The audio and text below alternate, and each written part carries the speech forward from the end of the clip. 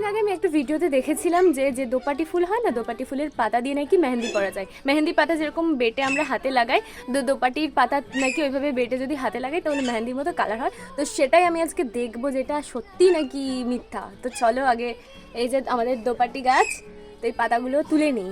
অবস্থা খুব একটা ভালো না, তো কিছু পাতা আমি এখন তুলে নেবো। দোপাটির পাতাগুলো প্রচুর নোংরা ছিল, তাই আমি আগে জল দিয়ে ভালো করে ধুয়ে নিয়েছি, তারপরে শিলনোড়ায় বেটে নিয়েছি। তবে দেখার জন্য একদম উৎসুক ছিলাম যে আদেও এটা মেহেন্দির মতো হাতে কালার হয় কিনা। যদি হয় তাহলে এরকমভাবেই মেহেন্দি পরা যাবে। তো পাতাগুলো ভালো করে আগে বেটে নিয়েছি, তারপরে দেখো হাতে আমি কিভাবে লাগাচ্ছি। যেহেতু খুব একটা ডিজাইন করা যাবে না, তাই হাতের মাথায় একটু লাগিয়ে নিয়েছি আর মাঝখানে একটু গোল করে নিয়েছি। তো এই দেখো আমার লাগানো হয়ে গেছে পাতা বাটাটা। তো আমি 1 ঘন্টা মতো রেখেছিলাম, খুব একটা ভালো যে শুকিয়েছিল তা নয়। এবার হচ্ছে দেখার পালা যে এতে কালার হয় কিনা।